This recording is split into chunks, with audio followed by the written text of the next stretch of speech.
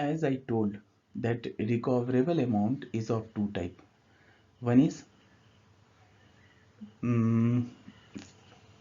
fair value and another is value in use. So now let's discuss what is fair value. Measurement of fair value less cost to sell. So cost to sell is, suppose there is you are going to sell the building, so you may have to pay some commission. So value of building is 1 lakh rupees and you paid commission of rupees 1000.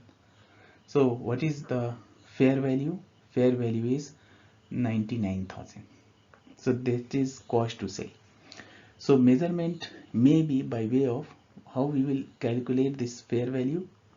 So we can calculate this fair value a binding sale agreement. So if you already have some sale agreement, so that is the fair value. Otherwise, the current market price, so current market price less cost of disposal. So you have to check the what is the current market price of your asset and what will be the cost of disposal. So current market price less cost of disposal will be your recoverable amount, or you can say that fair value.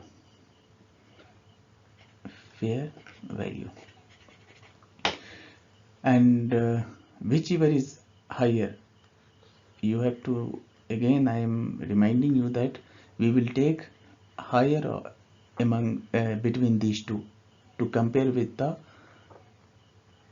carrying cost. Now the other is value in use. So how we will calculate the value in use? It is little calculative. Suppose you have machinery. So what you have to check, what is the inflow of this machinery. Inflow, suppose in first year remaining, we are talking about the remaining life when you are calculating the value. So first year 10,000, then next year 12,000, 15,000, 11,000 and 10,000. So this is the pattern of inflow. There might be some outflow also, some expenses related to machinery. Suppose it is 500, 600, 700, 600, 500. So what we have to do, we have to calculate the net inflow. Net inflow will be 9,500, here 11,400, here 14,300, here 10,400, and here 9,500. So these are the net inflow. One more important thing is that you have to write last year there might be some scrap value, so you have to add the scrap value also, and then you have to calculate the total inflow. We will not take these inflow as it is. We have to calculate the present value of this inflow. So on the date when we are calculating here, we have to calculate the present value. And of course, when you will calculate the present value, you have to take some discounting rate. Discounting rate may be 10%, 5%. However, what will be the discounting rate? Based on that discounting rate, you have to calculate the present value, and that present value will be the value in use. Now solve this question. We have 3 machinery and we are going to calculate the recoverable amount of those machinery so that we can decide the impairment of asset. So machinery or asset A, B and C. This is the carrying amount. Carrying amount of asset is 100, 150 and 120. Another is net realizable value. So this is fair value, net realizable value, and this is value in use. Value in use.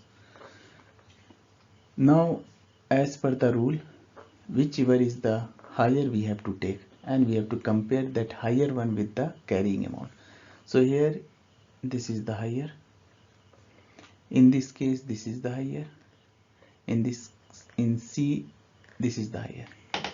So the recoverable amount for each asset are as follows. For asset A, 120. For asset B, 130. For asset C, 100.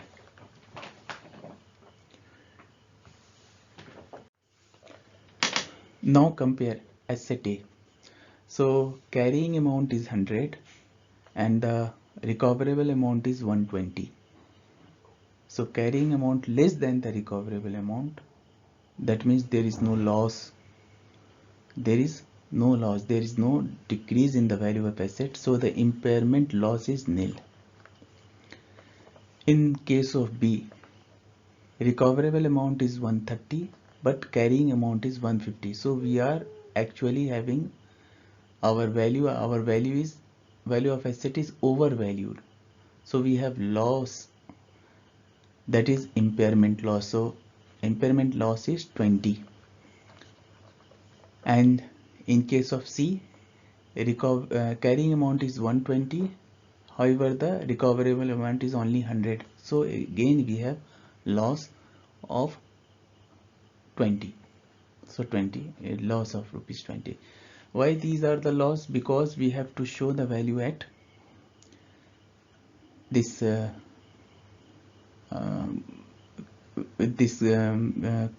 value, this recoverable amount we have to show. So now the value of asset is 100 and now we have to show it in balance sheet 120. So in fact this 20 rupees is gain, other comprehensive income. So it will transfer 20 rupees, this 20 will transfer in other comprehensive income. But here in this case the value will be in the balance sheet will be 130 only, new value.